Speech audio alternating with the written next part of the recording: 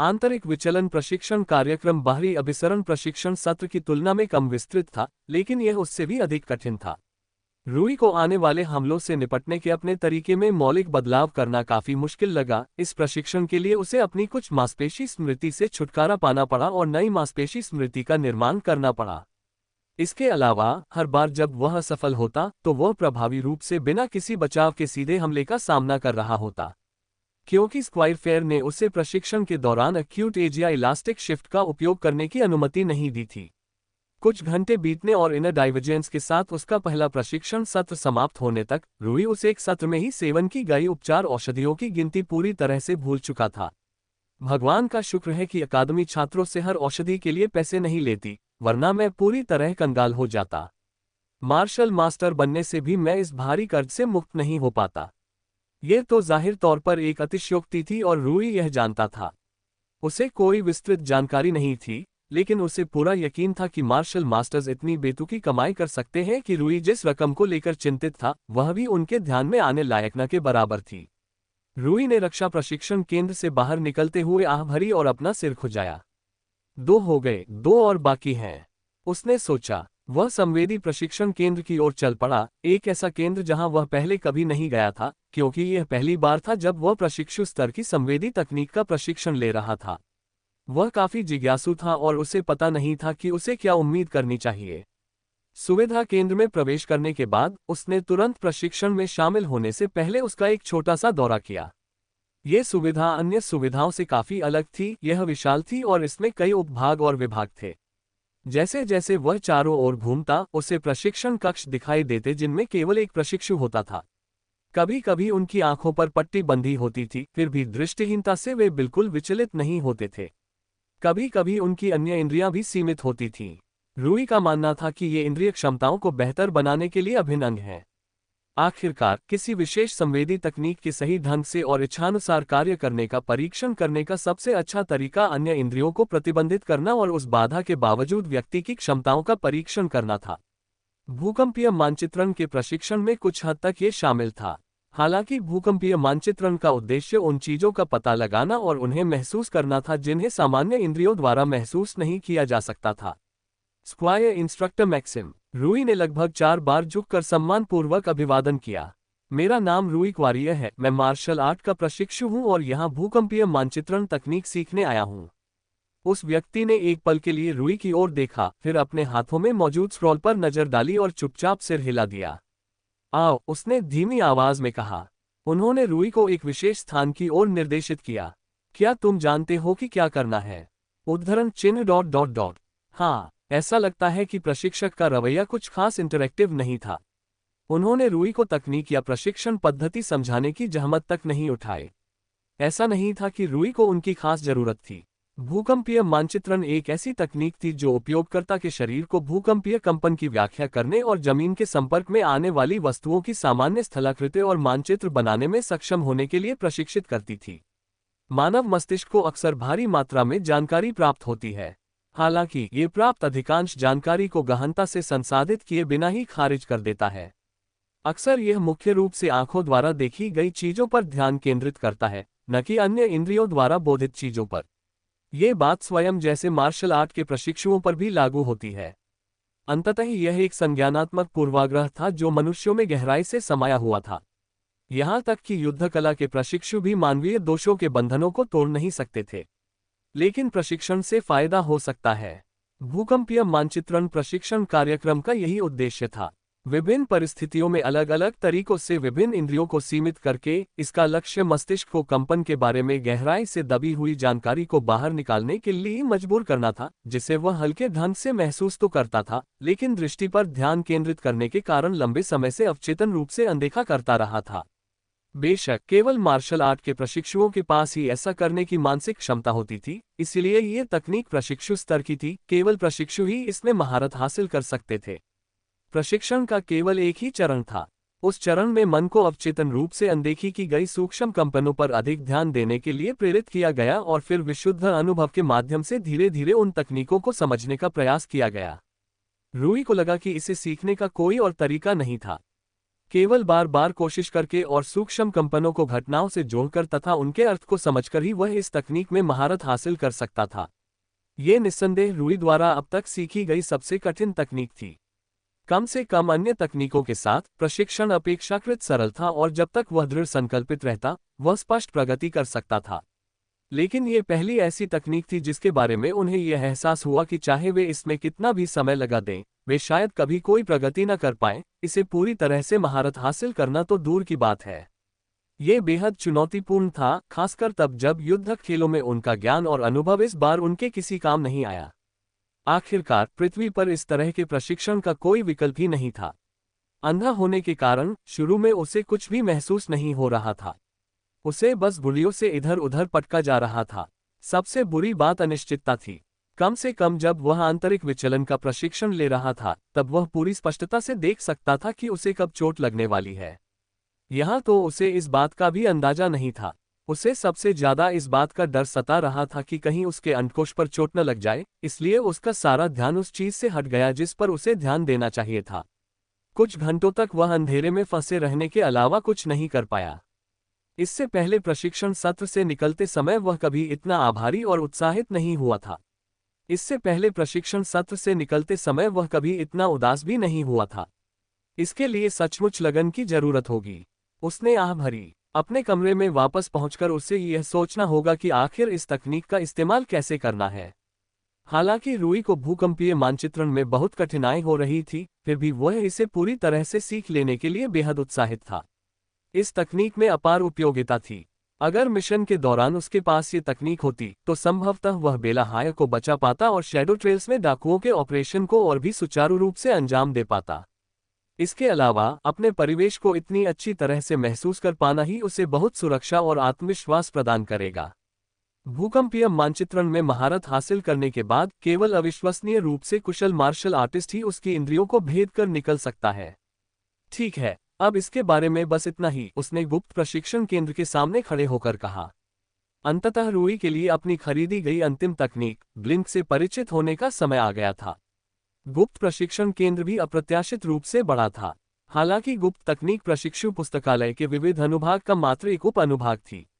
कई मायनों में गुप्त प्रशिक्षण केंद्र संवेदी प्रशिक्षण केंद्र के समान था। वहां विशेष वातावरण थे जहां वह मार्शल आर्ट के प्रशिक्षुओं को प्रशिक्षण लेते हुए देख सकता था और प्रत्येक तकनीक के लिए विशेष प्रकार के प्रशिक्षण उपलब्ध थे। स्क्वायर हेलेन, रूई ने दिन में चौथी बार आदरपूर्वक प्रणाम किया। मैं मार्शल अप्रेंटिस रूई क्वारिया हूँ। मैं यहाँ ब्लिंक तकनीक सीखने आया हूँ। वह कद में छोटी मध्यम आयु वर्ग की शालीन स्वभाव वाली महिला थी। वह मुड़ी और उसकी ओर एक नजर डाली। पलक झपकाना। उसने उसे गौर से देखा। अच्छा चुनाव है, उसने कहा। मुझे उम्मीद है कि आप समझते हैं कि यह तकनीक क्या कर सकती है। इस तकनीक को खरीदने वाले अधिकांश लोगों के मन में इसकी शक्ति के बारे में बढ़ा चढ़ाकर धारणाएं होती हैं। मुझे लगता है कि मैं इस तकनीक को अच्छी तरह समझता हूँ। क्या सच में? उसने संदेह भरी नजर से उसकी ओर देखा। यह एक ऐसी तकनीक है जो पलक झपकाने से उत्पन्न होने वाले अंतराल का फायदा उठाकर सामान्य से कहीं अधिक हासिल करती है। सही कहा, अधिक, सब कुछ नहीं, उसने जवाब दिया। ये तकनीक ज्यादातर मामलों में लड़ाई खत्म नहीं कर सकती, न ही ये लड़ाई में दुरुपयोग करने के लिए बनी है। ज्यादातर मार्शल आर्टिस्ट बेवकूफ नहीं होते। अगर आप इसका बहुत ज्यादा दुरुपयोग करेंगे तो वे इसे समझ जाएंगे और न केवल इसका जवाब देंगे बल्कि इसका इस्तेमाल जाल बिछाने के लिए भी करेंगे। लड़ाई में यह एक तुरुप का पत्ता है, समझे? रूई ने सिर हिलाया। वह पहले से ही जानता था कि यह तकनीक उसे अजेय नहीं बनाएगी और न ही उसे लड़ाई तुरंत खत्म करने देगी, जब तक कि उसका प्रतिद्वंदी कोई इंसान या लापरवाह मार्शल आर्टिस्ट न हो। आखिरकार इस तकनीक की कीमत मात्र 350 थी। जब उसने देखा कि तकनीक को लेकर उसके मन में कोई खास विचार नहीं है, तो उसे थोड़ी राहत मिली। ये तकनीक इंसानों के खिलाफ सबसे ज्यादा कारगर है। युद्ध में इंसान मार्शल आर्टिस्टों की तुलना में ज्यादा देर तक पलकें झपकाते हैं, क्योंकि उनकी सोचने समझने की क्षमता धीमी होती है। इंसानों के खिलाफ ये तकनीक बेहद असरदार है और सही समय पर इस्तेमाल करने से आप भीड़ को भी बिना किसी का ध्यान खींचे पार कर सकते हैं। उन्होंने आगे कहा, मार्शल आर्टिस्टों के खिलाफ ये तकनीक ज्यादा मुश्किल और सीमित है। युद्ध में मार्शल आर्टिस्टों की सोचने समझने की क्षमता ज्यादा होती है, वे भी आपकी ही तरह पलकें झपकाते हैं। रूई ने जवाब में सिर हिलाया। मार्शल आर्टिस्ट के प्रशिक्षुओं के खिलाफ आप इसका उपयोग केवल उन्हें आश्चर्यचकित करने के तरीके के रूप में कर सकते हैं। ये कैसे होता है, ये समझने के लिए आपको पहले ये समझना होगा कि मार्शल आर्टिस्ट युद्ध में कैसे सोचते हैं। सामान्य तौर पर मनुष्य, विशेषकर मार्शल आर्टिस्ट, किसी हमले के शुरू होने के बाद ही उसे पहचानकर उस पर प्रतिक्रिया नहीं देते। अधिकतर मामलों में मार्शल आर्टिस्ट अवचेतन रूप से उसकी गतिविधियों का विश्लेषण करके यह अनुमान लगाते हैं कि प्रतिद्वंद्वी क्या करने वाला है और उसका अनुमान भी लगाते हैं। रूई ने सिर हिलाया। तंत्रिका विज्ञान में यह एक सुस्थापित घटना थी। 20वीं शताब्दी में भी यह सिद्ध हो चुका था कि मानव मस्तिष्क निरंतर पूर्वानुमान लगाने की अवस्था में रहता है, घटनाओं से परिणाम निकालने का प्रयास करता है।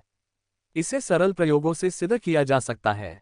अधिकांश मनुष्य दूर से भी तेज गति से आती हुई वस्तु को देखकर क्यों सहम जाते हैं? इसका कारण यह है कि मानव मस्तिष्क पहले ही वस्तु की गति का आकलन कर चुका होता है, उसके पथ का अनुमान लगा चुका होता है और यह निष्कर्ष निकाल लेता है कि वस्तु के शरीर से टकराने की प्रबल संभावना है। उन्होंने कहा, मस्तिष्क अवचेतन रूप से हमले के शुरुआती संकेतों को देखता है और प्रारंभिक आकलन के आधार पर हमले से बचने का निर्णय लेता है। युद्ध में ब्लिंक का उपयोग करते समय आपका लक्ष्य अपने मार्शल अप्रेंटिस के ब्लिंक करते ही हमला करना नहीं होना चाहिए, बल्कि प्रतिद्वंद्वी के ब्लिंक करते ही हमले के शुरुआती संकेतों को छुपाना होना चाहिए। वह थोड़ी देर रुकी, फिर बोली, इस तरह जब आपका प्रतिद्वंदी अपनी आंखें खोलेगा तो वह अपने अवचेतन मन द्वारा किए गए आंशिक अनुमान पर भरोसा नहीं कर पाएगा। इससे उसकी प्रतिक्रिया बाधित होगी और अधिकतर मामलों में आप हमले में कहीं बेहतर प्रदर्शन कर पाएंगे। पलक झपकने के दौरान हमले के शुरुआती संकेतों को छिपाना पलक झपकने के दौरान हिलने डुलने से बेहतर है। रूई ने पूछा, यह बेहतर चुनने की बात नहीं है। उसने सुधार करते हुए कहा, आपके पास कोई विकल्प ही नहीं है। आप किसी मार्शल अप्रेंटिस की पलक झपकते ही हमला शुरू, गतिमान और पूरा नहीं कर सकते। उसने आगे कहा, मार्शल अप्रेंटिस बहुत जल्दी पलक झपकाते हैं और आप, एक मार्शल अप्रेंटिस होने के नाते, उतनी तेज नहीं हैं। ऐसा केवल एक मार्शल स्क्वायर ही कर सकता है और शायद कुछ असाधारण उच्च कोटि के मार्शल अप्रेंटिस जो पैतरेबाजी शैली की मार्शल आर्ट में माहिर हों। मैं समझ गया। रूई ने तल्लीन होकर सिर हिलाया। लड़ाई के दौरान इस तकनीक का इस्तेमाल हमला करने का मौका बनाने के लिए किया जाना चाहिए। लड़ाई के बाहर इसका सबसे अच्छा उपयोग निगरानी से बचने के लिए किया जाता है। किसी इंसान के खिलाफ ब्लिंक तकनीक मार्शल अप्रेंटिस की सभी तकनीकों की तरह अजेय है। उसने उनके बीच कुछ दूरी बनाते हुए कहा, एक सफल ब्लिंक तकनीक ऐसी दिखती है। रूई ने अपनी सतर्कता को चरम सीमा तक बढ़ाते हुए ध्यान केंद्रित किया। वह लगभग 10 सेकंड तक बिना हिले डुले उसे देखती रही। फिर वह आ गया। पलक झपकना। एक पल पहले वह 10 मीटर दूर थी, अगले ही पल वह ठीक उसके सामने आकर गिर पड़ी। ये सब इतना अचानक हुआ कि रूई को इतना झटका लगा कि वह लड़खड़ाकर पीछे की ओर गिर पड़ी।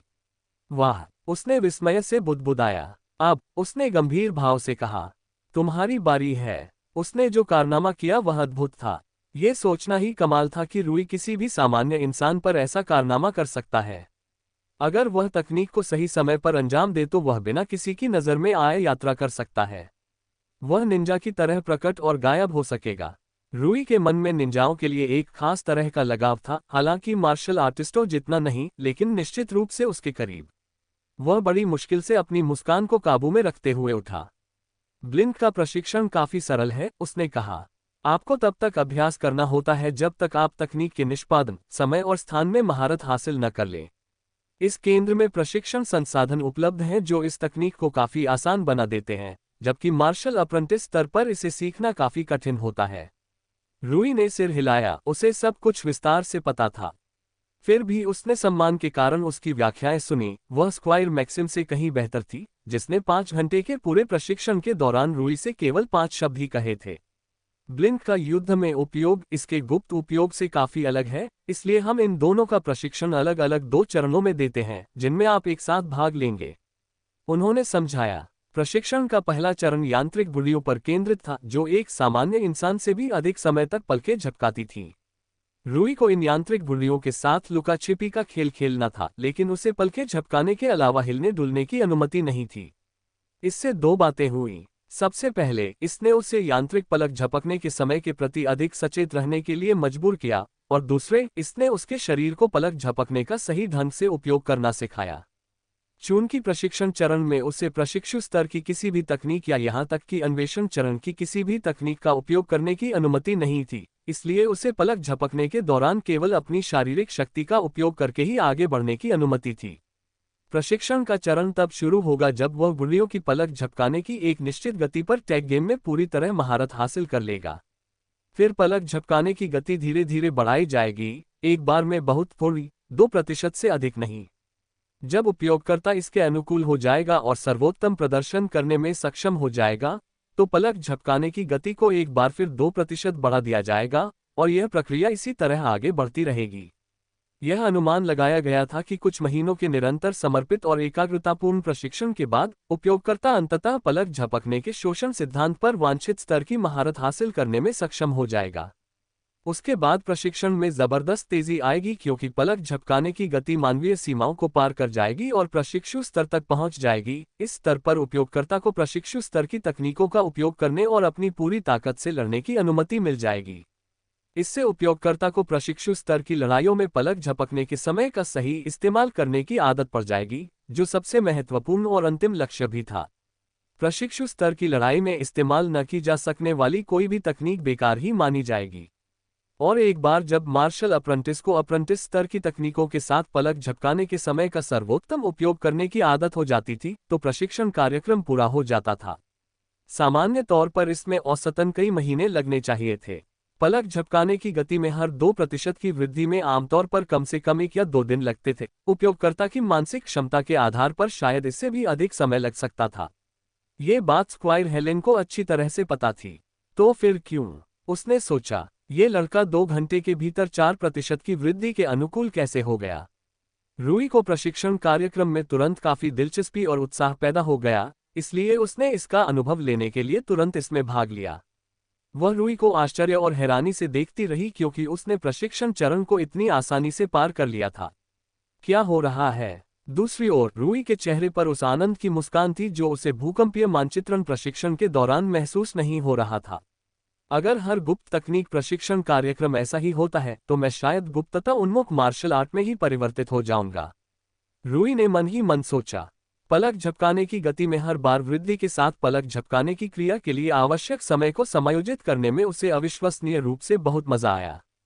उनकी खुशी का एक बड़ा हिस्सा इस तथ्य से आता था कि वे इसमें अविश्वसनीय रूप से कुशल थे, जिससे उनकी विकास दर आश्चर्यजनक रूप से तेज थी। उसे यह समझने में थोड़ा समय लगा कि वह इस काम में इतना अच्छा क्यों था। जहां तक वह समझता था, इसके 2 कारण थे।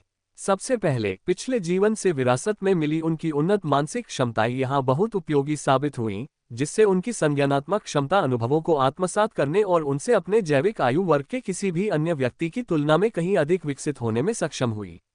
दूसरे, पलक झपकाने की क्रिया के समय के साथ तालमेल बिठाने और उसे विकसित करने के लिए आवश्यक संज्ञानात्मक प्रक्रियाएं उपयोग किए गए वॉइड एल्गोरिदम के सिद्धांतों और कार्यप्रणाली से बेहद मिलती जुलती थीं।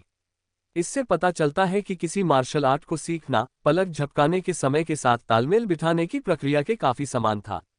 दरअसल शायद वह वॉइड एल्गोरिदम का विस्तार करके उसमें पलक झपकने और पलक झपकने की गतिविधियों को भी प्रतिनिगमन प्रणाली में शामिल कर सकता है। यह एक ऐसी बात थी जिस पर उन्होंने पहले कभी विचार नहीं किया था। पृथ्वी पर पलक झपकने का कोई महत्व नहीं था, इसलिए वॉइड एल्गोरिदम को पलक झपकने को एक चर के रूप में संसाधित करने के लिए विकसित नहीं किया गया था। जो चीज युद्ध में उपयोग नहीं की जा सकती, वह वॉइड एल्गोरिदम के लिए प्रासंगिक क्यों होगी? इस एहसास ने रूई को और भी अधिक प्रेरित किया। उसने प्रशिक्षण में पहले से कहीं अधिक गहनता से स्वयं को समर्पित कर दिया। उसके शरीर की हर कोशिका रूई को उसके लक्ष्य की प्राप्ति में सहयोग कर रही थी। वह हर पल खुद को विकसित होते हुए महसूस कर रहा था। जिस बात ने उन्हें सचमुच झकझोर दिया वह ये थी कि उन्हें ऐसा महसूस हुआ जैसे उन्होंने न केवल ब्लिंक तकनीक के मामले में बल्कि एक मार्शल आर्टिस्ट के रूप में भी काफी तरक्की की है। उसे ऐसा महसूस हुआ मानो वह अपने मार्शल आर्ट के मार्ग में और भी गहराई तक उतर गया हो, अपने मार्शल आर्ट और अपने दिमाग के उन पहलुओं को खोज रहा हो जिन्हें उसने पहले कभी नहीं खोजा था। वह क्षणिक असीमता की अवस्था में था। उसे ऐसा लग रहा था मानो इस समय कुछ भी हो सकता है। रूई का इरादा पहले दिन चारों तकनीकों से बस थोड़ी सी जान पहचान बनाने का था। उसके बाद वह अपने कमरे में लौटकर ये तय करना चाहता था कि वह अपना समय और ऊर्जा कैसे बांटेगा। उसका इरादा जरूरत से ज्यादा समय देने का नहीं था। लेकिन प्रशिक्षण में पूरी तरह डूब जाने के कारण वह इस बात को पूरी तरह भूल गया था। पलक झपकाने की कला में समय का सही इस्तेमाल करते हुए उसकी प्रगति उसे बेहद पसंद आ रही थी। अंत में जब तक उसकी सारी ऊर्जा खत्म नहीं हो गई, तब तक वह समय का बिल्कुल ध्यान नहीं रख पाया। 12 घंटे। रूई को विश्वास नहीं हो रहा था, समय इतनी जल्दी बीत गया कि अगर स्क्वायर हेलेन उसका मजाक उड़ा रही होती तो उसे आश्चर्य नहीं होता। उसने सिर हिलाकर जवाब दिया, तुम तो बस बोलती ही जा रही थी, मुझे लगा तुम्हें समय का पता होगा। उसने कंधे उचकाते हुए कहा, अप्रेंटिस के प्रशिक्षण कार्यक्रम तो काफी हद तक स्वनियमित ही होते हैं। रूई ने अविश्वास से स्तब्ध होकर सिर हिलाया। आपने ये कैसे किया? उसने उत्सुकता से पूछा। आप इतनी जल्दी इस तकनीक में इतने माहिर कैसे हो गए? आपकी प्रगति की गति तो अभूतपूर्व है। रूई ने अजीब तरह से अपना सिर खुजाया, उसे समझ नहीं आ रहा था कि क्या कहे। पता नहीं, उसने कंधे उचकाते हुए कहा, लेकिन खुशी है कि सब कुछ इतना अच्छा चल रहा है। इससे पहले कि वह और कुछ पूछ पाती, उसने जल्दी से उसे अलविदा कहा और प्रशिक्षुओं के छात्रावास की ओर वापस जाते हुए गुप्त प्रशिक्षण केंद्र से निकल गया। वह बेपरवाही से वापस लौट आया क्योंकि वह पिछले 24 घंटों में किए गए प्रशिक्षण सत्रों के बारे में सोच विचार में मग्न हो गया था। केवल प्रशिक्षण सत्रों के आधार पर ही उन्हें यह एहसास हो गया था कि खरीदी गई तकनीकें किसी भी तरह से अधिक महंगी नहीं थीं। उनके द्वारा खरीदी गई प्रत्येक तकनीक अकादमी द्वारा मार्शल आर्ट के प्रशिक्षुओं को प्रदान किए जाने वाले बुनियादी भंडार से प्राप्त तकनीकों की तुलना में गुणवत्ता में श्रेष्ठ थी।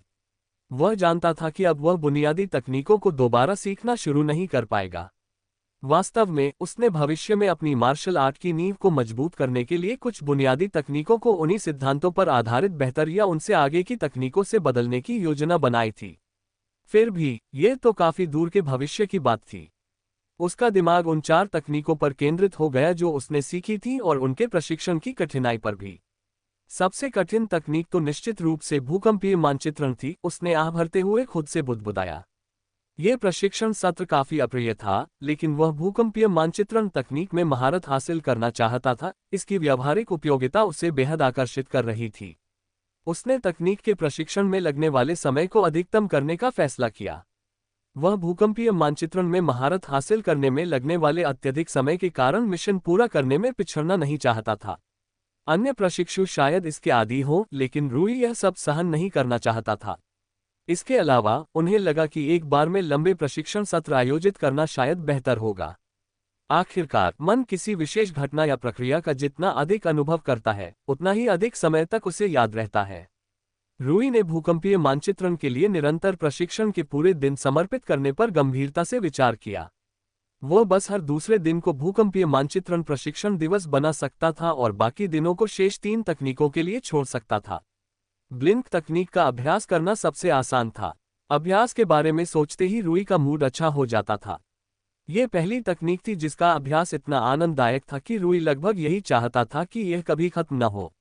शायद मैं ब्लिंक को साधारण महारत से भी ऊपर ले जाकर उसकी दक्षता को और निखारने के लिए उसे प्रशिक्षित करना जारी रख सकता हूं। उसने मन ही मन सोचा। उसने ये भी सोचा कि वह इसे अपना शौक बना सकता है। बस जब भी वह उदास हो या ऊब जाए तो उसे अच्छा महसूस कराने के लिए। उसने ध्यान केंद्रित करने की कोशिश करते हुए अपना सिर हिलाया। ब्लिंक का प्रशिक्षण जिस तरह से चल रहा था, उसे देखते हुए उसे इस पर ज्यादा समय देने की जरूरत नहीं थी। इसलिए उसने इससे सबसे कम प्रशिक्षण समय देने का फैसला किया।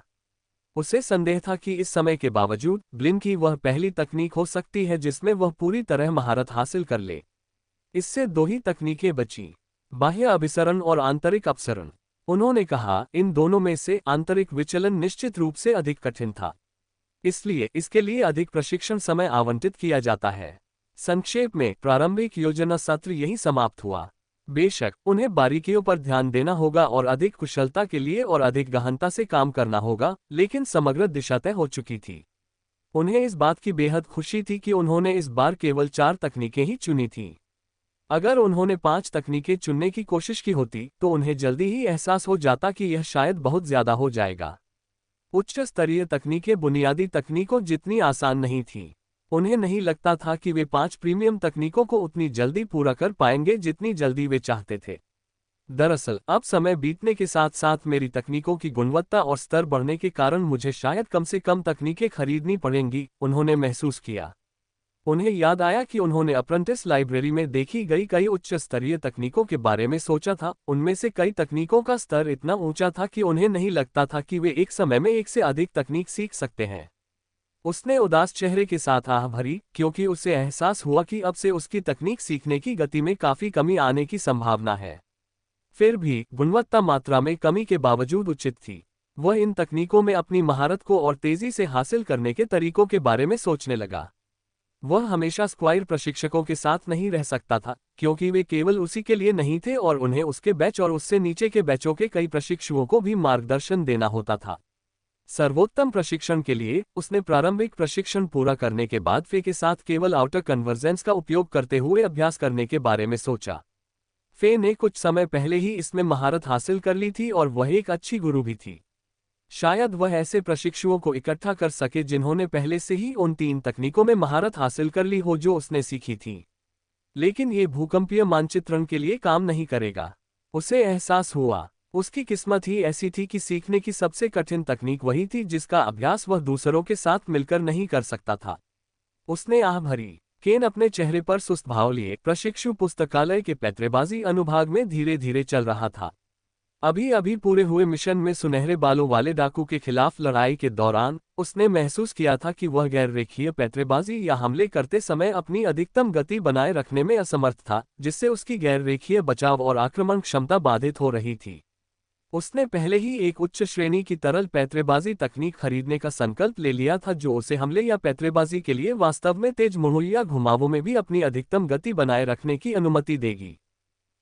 उसने गहरी सांस छोड़ी और बेपरवाही से उस सेक्शन को पार कर गया।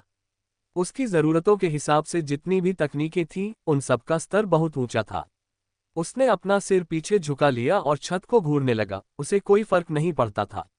हाँ, मैं उसे इतनी आसानी से मुझसे आगे नहीं निकलने दे सकता वाली बात का क्या हुआ? पीछे से एक आवाज ने उससे पूछा। जब उसने फे की आंखों में आंखें मिलाईं तो उसके चेहरे पर तिरस्कार के भाव उभर आए। तुम यहाँ क्या कर रही हो? मैंने कहा था कि मैं भी ट्रेनिंग करूंगी, है ना? उसने कंधे उचका दिए। तुम इस पैतरेबाजी वाले हिस्से में क्या कर रहे हो? उसने पूछा। जाओ और अपनी शारीरिक शक्ति का इस्तेमाल करके लाइब्रेरी के आक्रमण वाले हिस्से में जाओ। हम हमेशा की तरह बचकाने हो, है ना? रूई से कुछ सीख सकते हो ना? उसने कहा। अगर तुम में उसकी जैसी मेहनत करने की लगन होती तो शायद तुम उससे भी ज्यादा तेजी से तरक्की कर लेते। केन का मार्शल आर्ट के प्रति सहज और अद्वितीय लगाव था। इसी के कारण उन्होंने 11 साल की कम उम्र में ही अपने मार्शल आर्ट के मार्ग को खोज लिया था और इसी ने उन्हें तकनीकों को उल्लेखनीय रूप से जल्दी आत्मसात करने में सक्षम बनाया था। वो और मैं एक जैसे नहीं हैं। मुझे मार्शल आर्ट पसंद नहीं है। ये तो एक झंझट है जो इसमें माहिर लोगों को मनमानी करने की छूट देता है और इससे बचने का एकमात्र तरीका है खुद मार्शल आर्ट सीखना।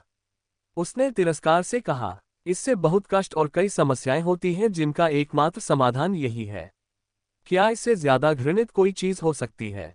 मैं मार्शल आर्ट सिर्फ इसलिए सीखता हूं ताकि इसके बंधनों से मुक्त हो सकूं। जैसे ही उसने अपना काम समाप्त किया, उसने अपना हाथ एक तकनीक संबंधी स्क्रॉल पर रख दिया, क्योंकि उसने तय कर लिया था कि वह कौन सी तकनीक सीखना चाहता है। Access a thing. यह एक ऐसी तकनीक थी जो उपयोगकर्ता को घुमावदार पैतरेबाजी के दौरान अधिकतम गति बनाए रखने की अनुमति देती थी, जिसमें उपयोगकर्ता के संतुलन को वक्र की दिशा में अत्यधिक डिग्री तक स्थानांतरित किया जाता था और असंतुलित संतुलन द्वारा प्रदान किए गए गुरुत्वाकर्षण के कारण त्वरण उपयोगकर्ता को गति का त्याग किए बिना वक्र में सहायता करता था। उसने उसकी ओर मुड़कर देखा। ऐसा नहीं है कि तुम्हें भी मार्शल आर्ट से प्यार है। हम दोनों इसमें इसलिए हैं क्योंकि मार्शल आर्ट हमारे लिए बहुत कुछ कर सकता है। उसने समझदारी भरे लहजे में कहा। उसके चेहरे पर सहानुभूति का भाव था। कई मायनों में फे की परिस्थितियां केन की परिस्थितियों के बिल्कुल विपरीत थीं। केन की तरह मार्शल परिवार में जन्म लेने के बावजूद वह बहुत अलग परिस्थितियों में पली बढ़ी। उनकी दादी महामहिम मार्शल सेज लीला दुल्लाहन थी। उनका परिवार अरानकार मार्शल परिवार की तरह ही बेहद प्रतिष्ठित था। केन के विपरीत फे अपने परिवार और उससे जुड़े हर सिद्धांत से बेहद प्यार करती थी। उसका परिवार केन की तरह बहुविवाह वाला बड़ा परिवार नहीं था। ये परिवार उसके पिता की योग्य उत्तराधिकारी की तलाश में बनाया गया था। तुलनात्मक रूप से यह एक साधारण परिवार था। अपने दादा दादी और माता पिता से मिले प्यार और गर्व के कारण उसका परिवार उसके लिए सब कुछ था। वह अपने मार्शल परिवार को गौरवशाली सम्मान दिलाना चाहती थी, जिसने लगभग एक सदी तक कंद्रियन साम्राज्य की संप्रभुता में योगदान दिया था, जिसमें कई ऐतिहासिक मार्शल आर्टिस्ट शामिल थे जिनके पास अपार शक्ति थी। सत्ता हासिल करने की उसकी इच्छा अपने परिवार के साथ न्याय करने और उसकी प्रतिष्ठा बनाए रखने के लिए थी। क्योंकि उसका परिवार छोटा था, इसलिए वह अपने परिवार की इकलौती वारिस थी। उसकी माँ एक मार्शल ऋषि की बेटी होने के बावजूद मार्शल मार्ग से विमुख हो गई थी और उसने मार्शल आर्टिस्ट न बनने का विकल्प चुना था, और उसके पिता एक आम नागरिक थे। उसने स्वेच्छा से दुल्लाहन मार्शल परिवार के भावी स्तंभ होने का भार स्वीकार कर लिया था। मार्शल आर्ट उसके लिए सब कुछ था, लेकिन वह इससे प्यार नहीं करती थी। उसके लिए यह महज अपने लक्ष्य को पूरा करने का एक साधन मात्र था। अफसोस, मार्शल परिवारों में जन्म लेने वाले सभी लोग मार्शल प्रतिभा के धनी नहीं होते थे। उसे अपनी वर्तमान शक्ति प्राप्त करने के लिए अथक परिश्रम करना पड़ा। खून पसीना बहाते और आंसू बहाते हुए उसने अपनी विरासत के योग्य बनने के लिए निरंतर प्रयास किया। वह कई मायनों में केन से बिल्कुल विपरीत थी। उनके बीच के मतभेद ही उनके बीच टकराव का असली कारण थे। केन एक प्रतिभाशाली लड़का जो स्वतंत्रता की लालसा रखता है, लेकिन उसकी प्रतिभा ने उसे अर्रानकार उत्तराधिकारी होने के भाग्य से जकड़ लिया है। और फे एक स्वतंत्र लेकिन दृढ़ निश्चयी लड़की जो दुल्हन उत्तराधिकारी बनने के योग्य बनने की शक्ति की लालसा रखती है। उन दोनों के बीच हर चीज इतनी विपरीत थी कि जब भी वे मिलते, एक दूसरे को बिल्कुल पसंद नहीं करते थे। उनके माता पिता मार्शल यूनियन के फायर सेक्ट के सदस्य थे और अनौपचारिक रूप से एक दूसरे के बहुत करीब थे। केन और फे एक दूसरे को 3 साल की उम्र से जानते थे। फे ने आह भरी, मार्शल आर्ट से प्यार करो या नफरत, हम जिन परिस्थितियों में पैदा होते हैं उन्हीं में अपना सर्वश्रेष्ठ प्रदर्शन कर सकते हैं। उसने कहा, ऐसा लगता है जैसे किसी अच्छे माहौल में पैदा हुआ हो। उसने चिढ़कर उसकी ओर देखा। ऐसा मत दिखाओ कि तुम अर्रानकार परिवार से अलग होने के लिए ही ताकतवर बन रहे हो। क्या तुम्हें अपने ही शब्द याद हैं? केन की आंखें चमक उठीं। मैं उसे इतनी आसानी से मुझसे आगे नहीं निकलने दे सकता। तुम्हें बस इस बात का डर है कि जिस रफ्तार से रूई बढ़ रहा है, वो तुम्हें पीछे छोड़ देगा, उसने कहा और अपने ही शब्दों पर उसका चेहरा उदास हो गया। केन ने कोई जवाब नहीं दिया, लेकिन यही पर्याप्त उत्तर था। रूई से उसका लगाव इतना गहरा हो गया था जितना उसने पहली मुलाकात में कभी सोचा भी नहीं था। रूई उसका पहला सच्चा दोस्त था, एक ऐसा व्यक्ति जिसके साथ समय बिताना उसे सचमुच अच्छा लगता था। उसकी उम्र के बाकी बच्चे जिन्हें वह जानता था, वे उसके कई सौतेले भाई बहन थे जो उससे बेहद नफरत करते थे, और दूसरे मार्शल परिवारों के बच्चे थे जो या तो उसकी चापलूसी करते थे या उसे सीढ़ी की तरह इस्तेमाल करते थे। फिर उसकी मुलाकात रूई से हुई। पहली नज़र में उसकी अजीब आंखों और बालों को छोड़कर वह बिल्कुल साधारण था। केन ने उसके बारे में ज्यादा नहीं सोचा, बस यही उम्मीद की कि जब वह रूई से बात करने की कोशिश करेगा तो वह उसे ज्यादा परेशान नहीं करेगा। ये पहली बार था जब कोई उसके परिवार से अनजान था। ये पहली बार था जब उसे एक सामान्य व्यक्ति जैसा महसूस हुआ। जब रूई ने अपनी उन गहरी आंखों से उसकी ओर देखा तो उसे अर्रानकार परिवार का प्रतिभाशाली उत्तराधिकारी नजर नहीं आया।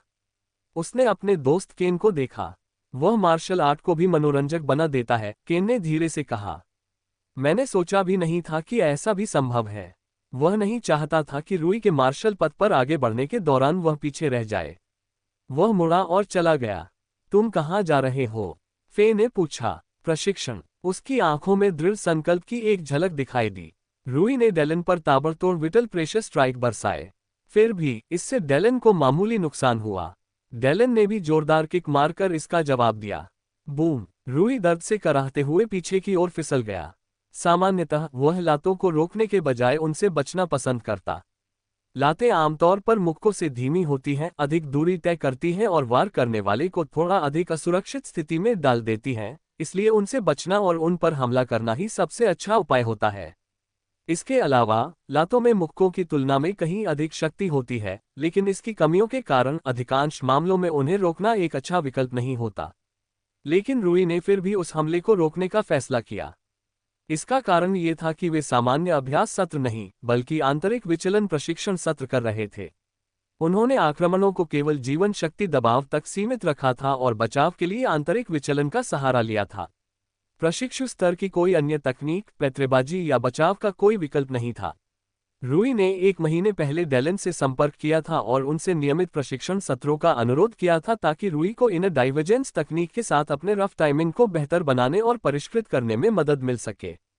डेलन मान गया था और तब से वे दोनों साथ में अभ्यास करते आ रहे थे। उस दौरान रूई में काफी सुधार हो गया था। अनुभव ने धीरे धीरे उसकी मांसपेशियों की स्मृति में गतिविधियों और हरकतों को अंकित करने में मदद की थी।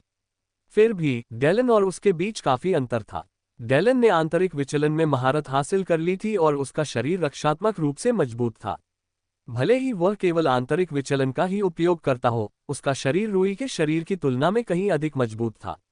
बैम! डेलन द्वारा एक बार फिर हराए जाने पर रूई बेहोश हो गया। हौंफते हुए वह जमीन पर लेट गया। चलिए थोड़ा आराम करते हैं, उसने पानी की बोतल उठाते हुए सुझाव दिया। उनमें से किसी ने भी तुरंत कायाकल्प औषधि का सहारा नहीं लिया। इसका एक कारण था। हालांकि कायाकल्प औषधि उन्हें तुरंत स्फूर्ति और ऊर्जा प्रदान कर देती, लेकिन थके होने पर भी लड़ने में कुछ फायदा था। युद्ध के मैदान में, मार्शल आर्ट की दुनिया में थकान और कमजोरी अपरिहार्य थी। कभी कभी आप ऐसी परिस्थितियों में होते थे जहां आपके पास औषधियों का सेवन करने का समय नहीं होता था, जैसे कि सीमित मात्रा में औषधियां होना या किसी लड़ाई के बीच में होना। ऐसी स्थितियों में आप स्वयं को पुनः ऊर्जावान बनाने के लिए विलासितापूर्वक कई औषधियों का सेवन नहीं कर सकते थे। अकादमी की यह नीति और सलाह थी कि अत्यधिक थकावट होने पर ही औषधियों का सेवन किया जाए।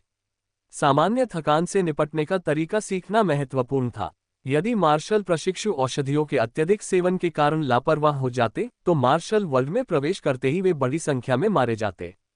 रूई दूसरों की तुलना में थकान और कमजोरी से निपटने के महत्व को बेहतर ढंग से समझता था और यह भी जानता था कि इसका युद्ध कौशल पर कितना गहरा प्रभाव पड़ सकता है। इसलिए वह इस नियम का पूरी निष्ठा से पालन करता था और जब तक वह पूरी तरह से थक नहीं जाता था, तब तक वह किसी भी औषधि का सहारा नहीं लेता था। ये लो। डेलन ने उसे थोड़ा पानी और एक तौलिया दिया। धन्यवाद। रूई ने स्वीकार किया। कुछ देर तक अजीब सी खामोशी छाई रही, क्योंकि रूई को एहसास हुआ कि डेलन से बात करने के लिए उसके पास ज्यादा कुछ नहीं है। शुरुआत में वह दोनों का जान पहचान वाला था, क्योंकि मिशन के दौरान रूई उससे थोड़ा बहुत ही जान पाया था, हालांकि बहुत कम ही सही। आपने आंतरिक विचलन में महारत कब हासिल की? उसने सहज भाव से पूछा। इसी साल अकादमी में प्रवेश करने से ठीक पहले, उन्होंने जवाब दिया। इसे सीखने में आपको कितना समय लगा? लगभग आधा साल से थोड़ा कम, मुझे लगता है, उन्होंने कहा। तुम कितने समय से मार्शल आर्ट के प्रशिक्षु हो? रूई ने आश्चर्य से पूछा। 2 साल, उन्होंने कहा। मुझे 15 साल की उम्र में सफलता मिली। ये काफी अच्छा है, रूई ने कहा। अकादमी के मानकों के हिसाब से शायद ठीक है, लेकिन मार्शल आर्ट समुदाय के मानकों के हिसाब से यह उतना प्रभावशाली नहीं है। सचमुच? रूई ने आश्चर्य से पूछा। डेलन ने सिर हिलाया। 15 ठीक है, 14 तो और भी बेहतर है, क्योंकि इसी उम्र में फेई शक्ति प्राप्त करते हैं, उसने बताया। लेकिन 11 साल की उम्र में शक्ति प्राप्त करना सचमुच खास माना जाता है, जैसे केन ने किया। वह मार्शल समुदाय में काफी मशहूर है। जब आप मार्शल समुदाय कहते हैं तो क्या आपका तात्पर्य कंद्रिया में रहने वाले मार्शल परिवारों से है? डेलन ने सिर हिलाया। कई मार्शल आर्टिस्ट हैं, उनमें से कई अपनी मार्शल कला के बल पर धनी बन जाते हैं और अपने नाम से परिवार बसाते हैं, और कई बार उनके वंशज भी उन्हीं के नक्शे कदम पर चलते हैं। कई प्रमुख मार्शल परिवार, जिनमें बहुत सारे मार्शल आर्टिस्ट या मार्शल आर्टिस्ट बनने की इच्छा रखने वाले लोग हैं, अतीत के प्रख्यात मार्शल आर्टिस्टों द्वारा स्थापित किए गए थे, महान मार्शल ऋषियों और मार्शल मास्टर्स, और यहां तक कि वरिष्ठों द्वारा भी। मार्शल समुदाय ऐसे ही परिवारों से बना है। रूई ने रुचि दिखाते हुए सिर हिलाया। वह जानता था कि डेलन एक मार्शल परिवार से था। ऐसा लगता है कि इस समुदाय में मार्शल आर्टिस्ट बनने की इच्छा रखने वालों और मार्शल आर्टिस्टों के लिए उच्च मानदंड हैं। बिल्कुल, उसने आह भरी। ये बहुत क्रूर है। परिवार अपने वारिसों और वंशजों के जरिए प्रतिष्ठा और गौरव के लिए एक दूसरे से प्रतिस्पर्धा करते हैं। वे वंशजों को प्रशिक्षित करते हैं। अगर मुझसे पूछो तो यह महज अपनी ताकत का प्रदर्शन करने की प्रतियोगिता है। रूई ने सहानुभूति जताते हुए सिर हिलाया। उसे मार्शल आर्ट से प्यार था, लेकिन अगर उसका परिवार उसे एक प्रिय पारिवारिक सदस्य की तरह मानने के बजाय एक ऐसे घोड़े की तरह समझे जो उनके लिए जीत दिला सकता है, तो उसे बहुत बुरा लगेगा। ये तो काफी कठिन लगता है। उसने सिर हिलाया। वह अक्सर मार्शल परिवारों से आने वाले अपने दोस्तों को ईर्ष्या से देखता था, क्योंकि उन्हें जीवन भर सभी संसाधन और प्रशिक्षण प्राप्त होते थे। वह अक्सर सोचता था कि अगर वह किसी मार्शल ऋषि का पुत्र होता तो कितना शक्तिशाली होता। अब जाकर उसे एहसास हुआ कि वह इसे जरूरत से ज्यादा रोमांटिक बना रहा था। वह जानता था कि केन अपने परिवार से बेहद नफरत करता है, और उसकी मां से मिलने के बाद ये बात और भी स्पष्ट हो गई थी। फिर भी उसे लगा कि इसके परिणाम अच्छे होंगे। अब उसे ज्यादा यकीन नहीं था। दूसरे की थाली में खाना हमेशा ज्यादा स्वादिष्ट लगता है। डेलन के शब्दों पर विचार करते हुए उसने सोचा, आपने कहा कि परिवार आपस में प्रतिस्पर्धा करते हैं। रूई ने उत्सुकता से पूछा, आपका क्या मतलब है? हाँ, इसमें क्षेत्र तो है ही। उन्होंने कहा, अपने वंशज का उच्चतर क्षेत्रों में प्रवेश करना एक बड़ा लाभ है। इसमें पद, मिशन रिकॉर्ड और उपलब्धियां भी शामिल हैं। उन्होंने थोड़ा रुककर आगे कहा, इसके अलावा कैंड्रियन मार्शल फेस्टिवल भी है। ये शब्द सुनकर रूई के कान खड़े हो गए। रूई कंद्रियन मार्शल फेस्टिवल से अपरिचित नहीं था। कंद्रियन मार्शल फेस्टिवल 1 महीने तक चलने वाला मार्शल आर्ट को समर्पित उत्सव था। हालांकि यह उत्सव सामान्य उत्सवों से काफी अलग था। एक तो इसमें सामान्य प्रकार के समारोह नहीं होते थे। यह उत्सव पूरे राष्ट्र की मार्शल कला की क्षमता को प्रदर्शित करने और दिखाने के लिए समर्पित था। इस उत्सव में विभिन्न स्तरों और आकारों के अनगिनत मार्शल टूर्नामेंट आयोजित किए जाते थे, जो कंद्रियन साम्राज्य के लिए एक भव्य और रोमांचक महीना बनाते थे। हालांकि यह एक ऐसा त्योहार था जो हर 5 साल में एक बार आयोजित होता था। ये निर्णय राजपरिवार और मार्शल यूनियन ने कई कारणों से लिया था। सर्वप्रथम, मार्शल आर्टिस्ट कार्यबल राजपरिवार और विशेष रूप से मार्शल यूनियन के लिए अत्यंत महत्वपूर्ण था। मिशनों को पूरा करना आर्थिक और राजनीतिक दृष्टि से अत्यंत आवश्यक था। मार्शल आर्टिस्ट न केवल मार्शल यूनियन को बनाए रखते थे, बल्कि पूरे साम्राज्य को एकजुट रखने में भी महत्वपूर्ण योगदान देते थे। कई स्तरों पर शाही परिवार और मार्शल यूनियन के लिए यह संभव नहीं था कि वे मार्शल कार्यबल को हर साल पूरे 1 महीने के लिए काम बंद करने की अनुमति दें। एक व्यवस्था के रूप में राष्ट्र का ढांचा टूटना शुरू हो जाएगा और मार्शल यूनियन की आय में उल्लेखनीय गिरावट आएगी। इसलिए उन्होंने इसे 5 वर्षों तक सीमित रखने का निर्णय लिया था। 5 वर्ष की अवधि लाभों को हानियों से अधिक करने के लिए पर्याप्त थी। कैंड्रियन मार्शल फेस्टिवल से जुड़ी सकारात्मकता उन तरीकों में से एक थी जिसके द्वारा शाही परिवार और मार्शल यूनियन ने यह सुनिश्चित किया कि मार्शल आर्टिस्ट समाज के एक वर्ग के रूप में साम्राज्य और उसके लोगों से बहुत अधिक अलग थलग न पड़ जाएं।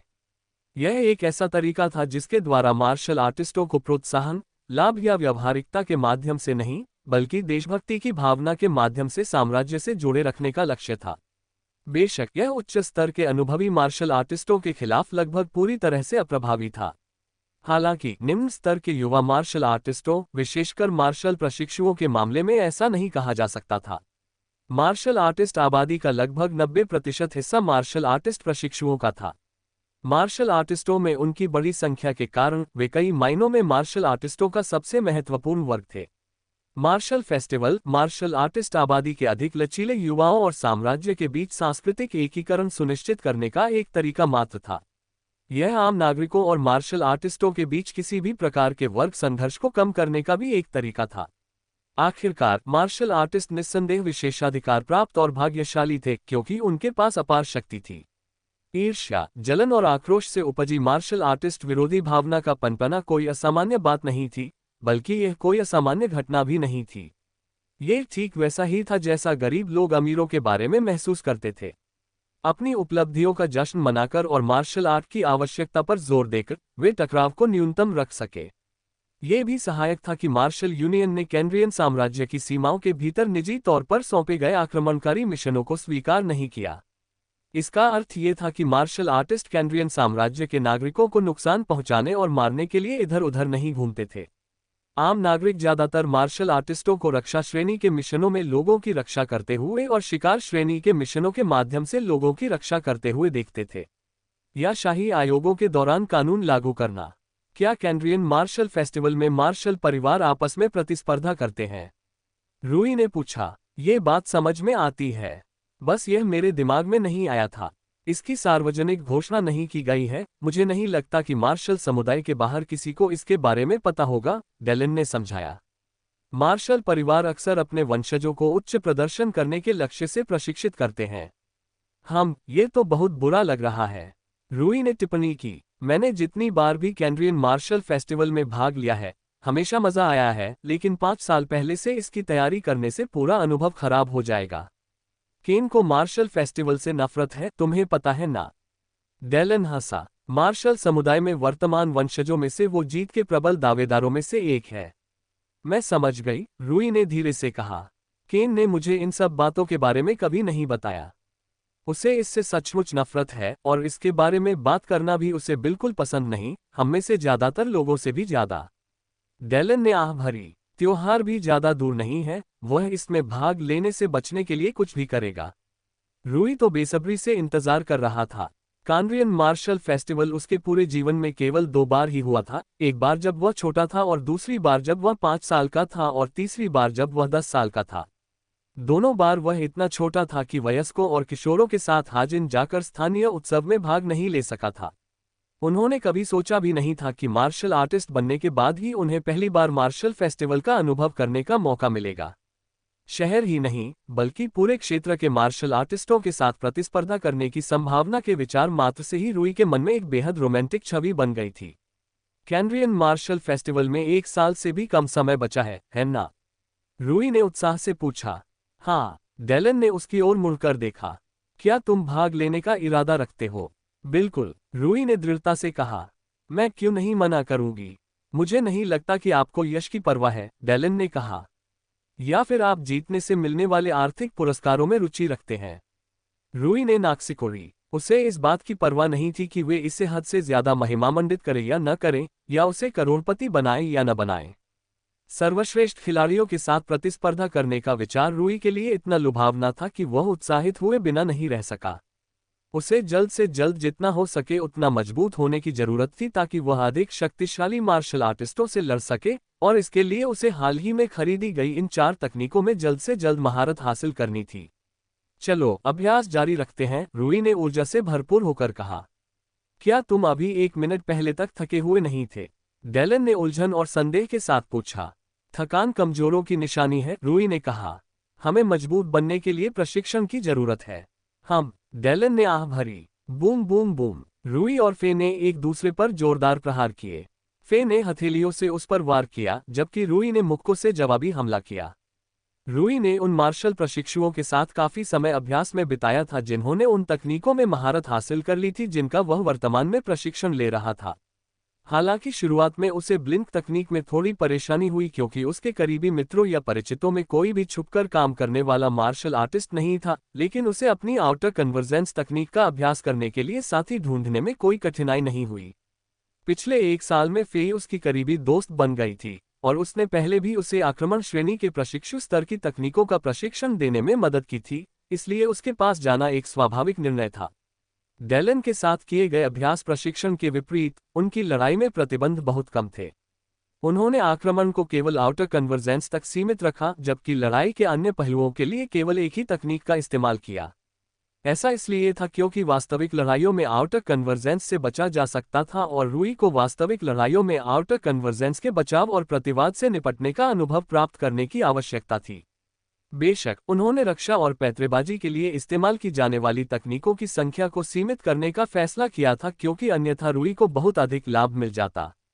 आउटर कन्वर्जेंस तक ही आक्रमण को सीमित करने से फे को रूई की तुलना में कहीं अधिक नुकसान हुआ क्योंकि फे की मार्शल आर्ट का लगभग आधा हिस्सा प्रहार उन्मुख तकनीकों से बना था, जबकि रूई के पास केवल 3 ही तकनीकें थीं जिनमें उसका अधूरा और आंशिक रूप से सीखा हुआ आउटर कन्वर्जेंस भी शामिल था। उसने फे के जोरदार मुक्के से खुद को बचाया और फिर उसके जबड़े पर दाहिना हाथापाई की। फे ने बिना हिचकिचाए कोहनी से वार को रोक दिया, रूई के मुक्के की दिशा बदलते हुए साथ ही अपनी उंगलियों से वार करने की तकनीक का इस्तेमाल किया। बैम! पीछे की ओर फिसलते हुए रूई ने मुंह बनाया। ये तो नया है। उसने उत्सुकता भरी नजरों से उसकी ओर देखा। कोहनी, हथेली से वार करने की बजाय हाथ से प्रहार। कोहनियों का इस्तेमाल आश्चर्यजनक नहीं था। आखिर पृथ्वी पर ऐसी मार्शल आर्ट मौजूद हैं जिनमें कोहनियों का प्रमुख उपयोग होता है। थाईलैंड की पारंपरिक मार्शल आर्ट मुए थाई और म्यांमार की पारंपरिक मार्शल आर्ट सिलाट जैसी मार्शल आर्ट में हाथों की तुलना में कोहनियों का अधिक उपयोग होता था। मुआय थाई में विशेष रूप से आक्रामक रूप से कोहनी का उपयोग किया जाता था, जबकि सिलाट में रक्षात्मक और जवाबी आक्रमण के रूप में इनका उपयोग किया जाता था। हैरान हो, फे ने मुस्कुराते हुए कहा। मैं नजदीकी लड़ाई में हर दूरी पर अपनी प्रहार क्षमता को और मजबूत करने की कोशिश कर रही हूँ। हथेली से किए गए हमले शक्तिशाली तो होते हैं लेकिन उनकी मारक क्षमता सीमित होती है। इसलिए मैंने हुकिंग एल्बो तकनीक सीखने का फैसला किया। यह एक मध्यम स्तर की जवाबी हमला करने वाली कोहनी पर आधारित तकनीक है जिससे मैं खतरनाक रूप से नजदीकी दूरी पर भी विरोधियों का मुकाबला कर सकती हूँ। रूई समझ गया। मैं समझ गया, और हथेली से किए जाने वाले वार की रेंज खुली हथेली से किए जाने वाले हमलों की तुलना में अधिक होती है, जिससे आप थोड़ी अधिक दूरी की नज़दीकी लड़ाई को बेहतर ढंग से संभाल सकते हैं।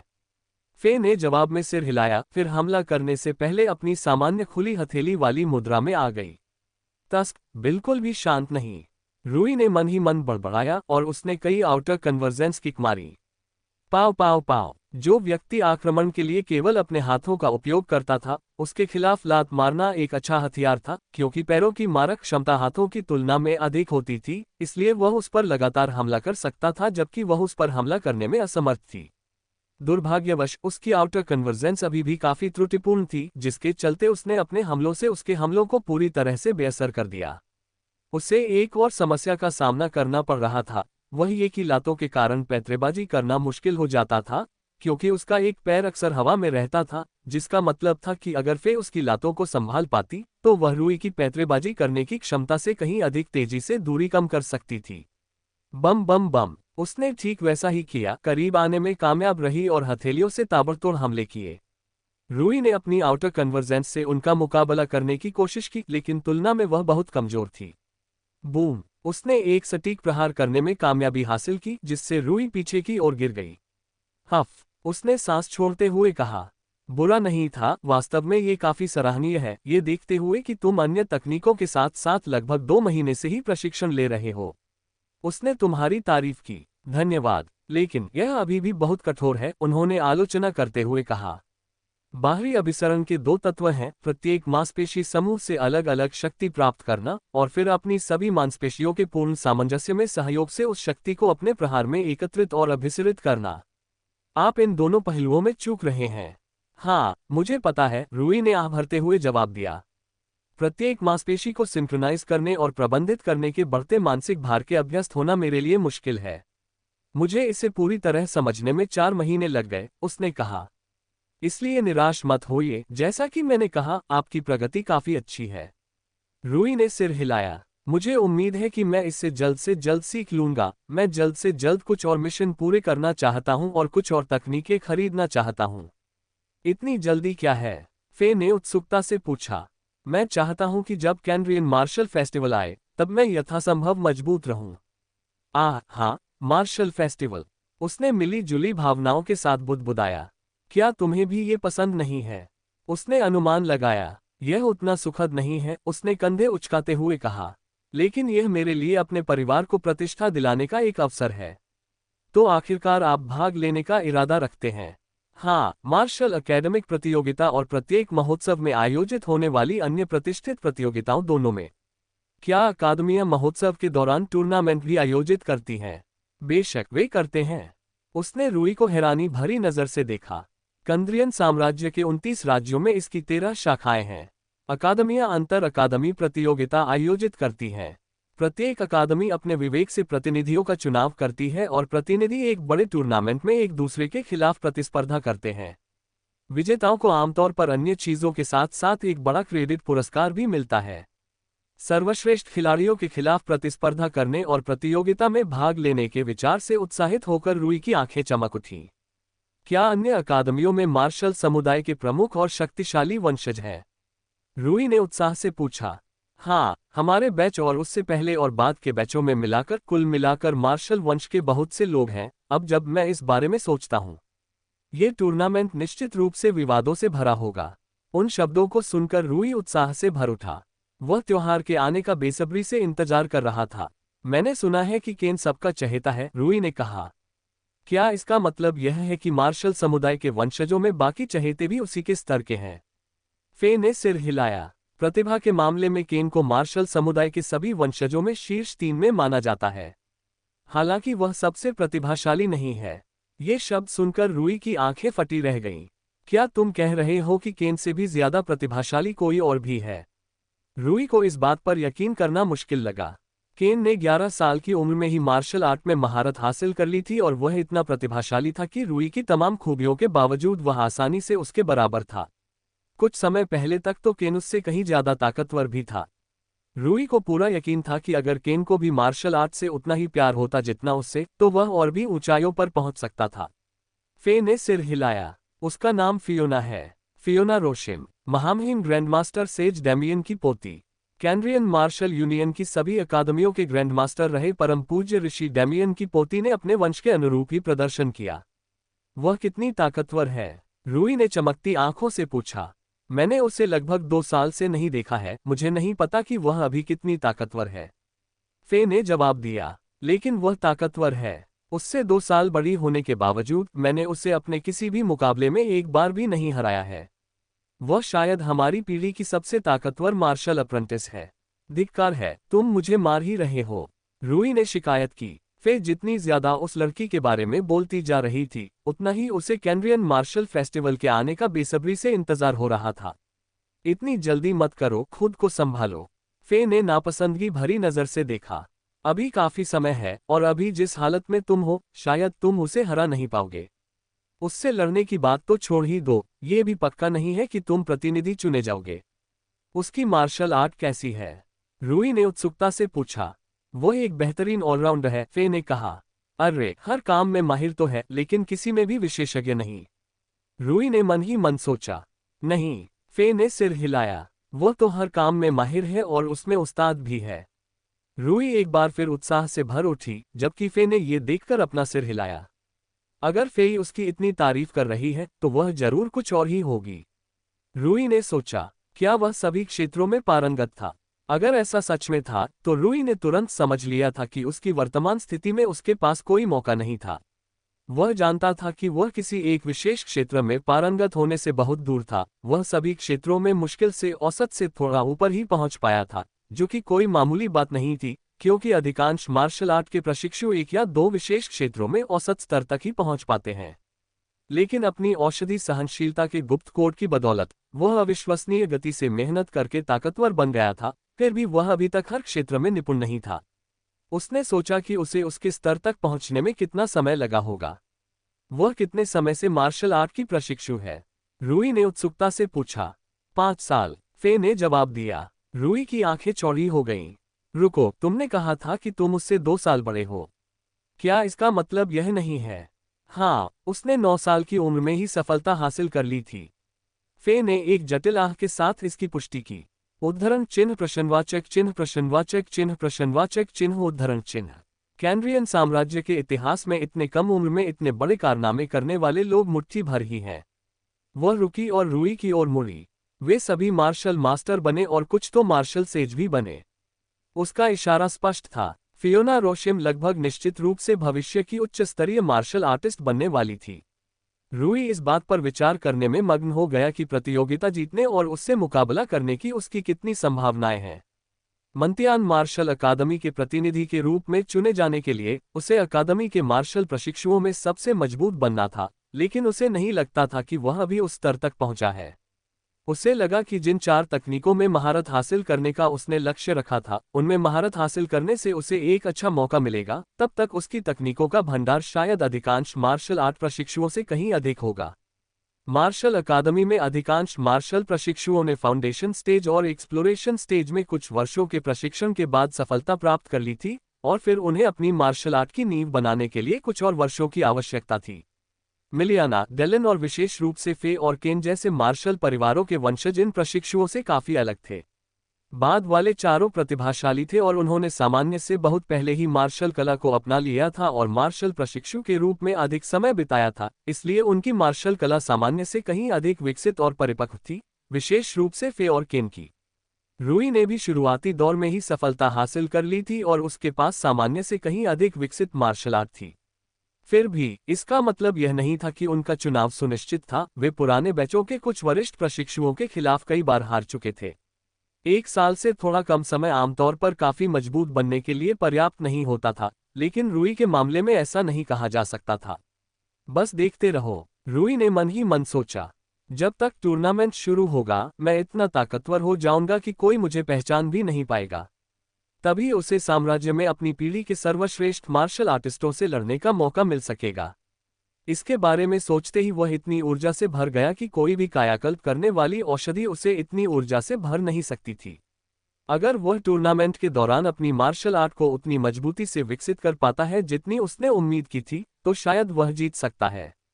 दुर्भाग्यवश उसके पास अपने विरोधियों के बारे में पर्याप्त जानकारी नहीं थी। वह केवल अनुमान ही लगा सकता था।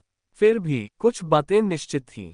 हमेशा की तरह उसके पास वॉइड एल्गोरिदम था, एक शक्तिशाली लाभ जो उसे असाधारण रूप से बेहतर पूर्वानुमान और प्रति अनुमान लगाने की क्षमता प्रदान करता था, जिससे वह अपनी युद्ध शैली को अपने प्रतिद्वंद्वी की युद्ध शैली के अनुरूप ढाल सकता था। रूई को ये याद करके झटका लगा कि वह एक ऑलराउंडर थी। उसकी किस्मत ही ऐसी थी, ऑलराउंडरों के खेल का अनुमान लगाना और उनके खिलाफ तर्क देना सबसे मुश्किल होता है। रूई को जीतने के लिए असाधारण प्रयास करने होंगे। 4 महीने से थोड़ा अधिक समय तेजी से बीत गया। प्रशिक्षण में तल्लीन लोगों के लिए समय अक्सर धुंधला सा लगता था, खासकर रूई जैसे व्यक्ति के लिए जो अपने अथक प्रशिक्षण और तल्लीनता के कारण दिन और रात का भेद ही भूल गया था। इसके अलावा औषधियों के प्रति उसकी सहनशीलता ने समय का हिसाब रखना और भी मुश्किल बना दिया था, क्योंकि उसका कोई नियमित नींद चक्र नहीं था। रूई ने केन पर एक जबरदस्त हमला किया। हमले की प्रचंड शक्ति ने अपने रास्ते में आने वाली हवा को चीर दिया, जिससे अचानक तेज हवा के झोंके चलने लगे। आउटर कन्वर्जेंस तकनीक में महारत हासिल करने के बाद उसकी आक्रमण शक्ति मौलिक रूप से एक उच्च स्तर पर पहुंच गई थी। पूश! केन ने हमले से बचते हुए लगभग तुरंत ही रूई के खुले स्थान की ओर रुख कर लिया। पाव! रूई के बचाव करने से पहले ही उसने एक जोरदार मुक्का मार दिया, लेकिन रूई असंतुष्ट होकर पीछे हट गया। उस मुक्के का कोई असर नहीं हुआ, रूई पर उसका कोई प्रभाव नहीं पड़ा। तस्क! केन ने आह भरी। रूई ने पहल करते हुए केन का पीछा किया और भागने के लिए जितना संभव हो सके उतनी जगह कम करने की कोशिश की। फुर्तीले लड़ाकू विमानों की एक कमी ये थी कि उन्हें जगह की जरूरत होती थी। अगर वे किसी छोटी सी जगह में फंस जाते तो उनकी क्षमता काफी कम हो जाती थी। फिर भी केन जैसे किसी व्यक्ति के खिलाफ ये रणनीति आसान नहीं थी, जिसके पास रूई द्वारा उसे रोकने के प्रयासों को नाकाम करने के लिए पर्याप्त गति और गतिशीलता थी। पूश! केन ने एक और वार को चकमा दिया और रूई के बचाव को भेदते हुए एक और वार करने में कामयाब रहा। हालांकि इस वार से भी रूई को कोई नुकसान नहीं हुआ। शुक्र है कि मैंने 3 रक्षात्मक प्रशिक्षु स्तर की तकनीकों में महारत हासिल कर ली है। केन का सामान्य आक्रमण मेरी मजबूत रक्षा को भेदने के लिए बहुत कमजोर है। उसे फे के खिलाफ इस्तेमाल की गई तकनीकों जैसी अधिक प्रभावी तकनीकों का उपयोग करना होगा। रूई ने सोचा। जब से उसने आंतरिक विचलन में महारत हासिल की थी, तब से वह अपनी रक्षा को लेकर काफी आत्मविश्वासी और निश्चिंत हो गया था।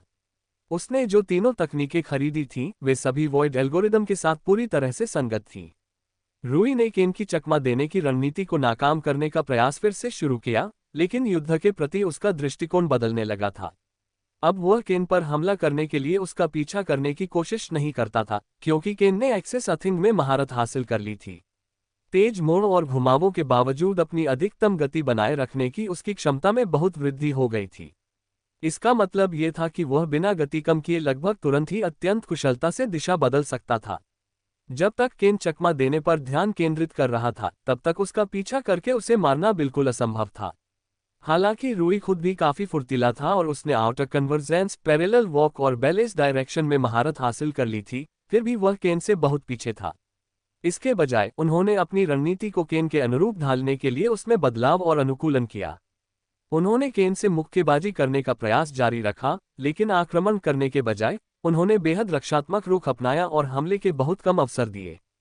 हाँ, मुझ पर हमला करना छोड़ दिया, वह शरारती मुस्कान के साथ बोला। इसका मतलब है कि तुम बस एक बेजान पंचिंग बैग बन गए हो। ये बात गलत नहीं थी। अत्यंत रक्षात्मक स्थिति से त्वरित हमला करना मुश्किल था। खुली आक्रामक मुद्रा में हमले अति रक्षात्मक मुद्रा की तुलना में अधिक तेजी से किए जा सकते थे। केन के खिलाफ, जो बेहद तेज और फुर्तीला था, ऐसा करना एक बेहद बुरा विचार लग रहा था। केन को समझ नहीं आ रहा था कि रूई क्या सोच रहा है, लेकिन उसने कंधे उचकाए और तेजी से आगे बढ़ गया।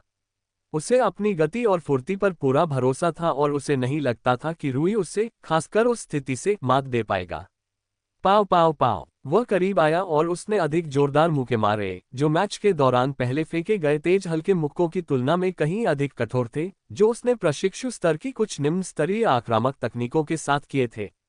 जब उसने देखा कि रूई ने पलटवार करने की जहमत नहीं उठाई, तो उसने रूई के बचाव में एक छोटी सी दरार का फायदा उठाते हुए उसकी गर्दन पर जोरदार प्रहार किया, ताकि रूई को एक ही वार में नॉकआउट कर सके, जो उसकी सामान्य लड़ने की शैली से बिल्कुल अलग था।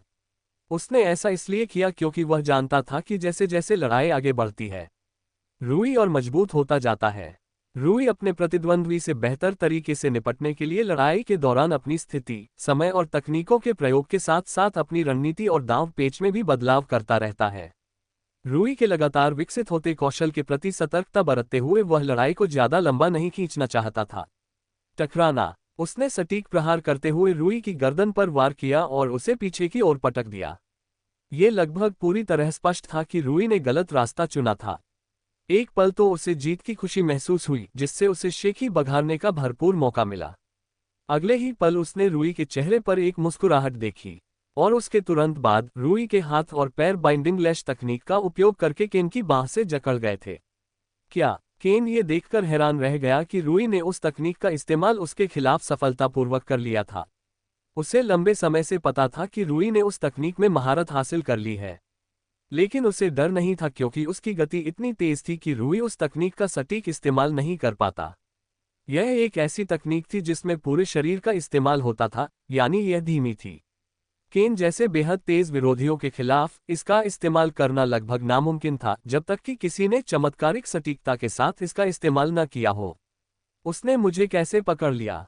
केन ने लॉक से निकलने की कोशिश करते हुए सोचा, लेकिन कोई फायदा नहीं हुआ। रूई उससे कहीं बेहतर ग्रैपलर था। उसने अपनी एकमात्र रक्षात्मक ग्रैपलिंग तकनीक शिफ्टिंग सिलुएट का इस्तेमाल करते हुए केन के रूई पर हमला करने के सभी प्रयासों को विफल कर दिया, साथ ही केन के जोड़ों पर जबरदस्त दबाव डाला। ठीक है, तुम जीत गए। केन ने जमीन पर हाथ मारा। रूई ने राहत की सांस ली और केन को छोड़ दिया। हे, लगता है मैंने किसी तरह जीत हासिल कर ली। रूई हंस पड़ा। अच्छा मुकाबला था, तुमने मुझे कैसे हरा दिया?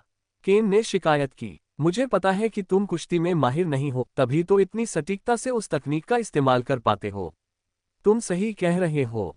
रूई ने सिर हिलाया। मैंने समय का ध्यान रखा क्योंकि मैंने पहले ही अनुमान लगा लिया था कि तुम अपने हमले के विकल्पों को सीमित करके क्या करने वाले हो। केन ने असमंजस में अपना सिर झुकाया। रूई ने कहा, बंद रक्षात्मक मुद्रा में खुली आक्रामक मुद्रा की तुलना में कम अवसर और कमियां होती हैं। सटीक प्रहार करने के आपके विकल्प बहुत सीमित और कम होते हैं, जिससे यह अनुमान लगाना आसान हो जाता है कि आप कौन सी मुद्रा चुनेंगे। ये सिक्के उछालने और पासा फेंकने के बीच के अंतर जैसा है। सिक्के उछालने की भविष्यवाणी करने की संभावना 50% थी, लेकिन चावल की गुड़िया की भविष्यवाणी करने की संभावना केवल 1/6 हिस्सा थी। ऐसा इसलिए था क्योंकि पासा फेंकने में सिक्के उछालने की तुलना में अधिक विकल्प होते थे, जिससे पासे के परिणाम की भविष्यवाणी करना सिक्के उछालने की तुलना में कहीं अधिक कठिन हो जाता था। रूई ने ठीक इसी सिद्धांत को अपने रुख में लागू किया था। केन को सटीक प्रहार करने के लिए कम मौके देकर वह यह अनुमान लगाना आसान बना सका कि केन किस विकल्प को अपनाएगा। केन बड़बड़ा रहा था जबकि रूई उस पर हंस रहा था।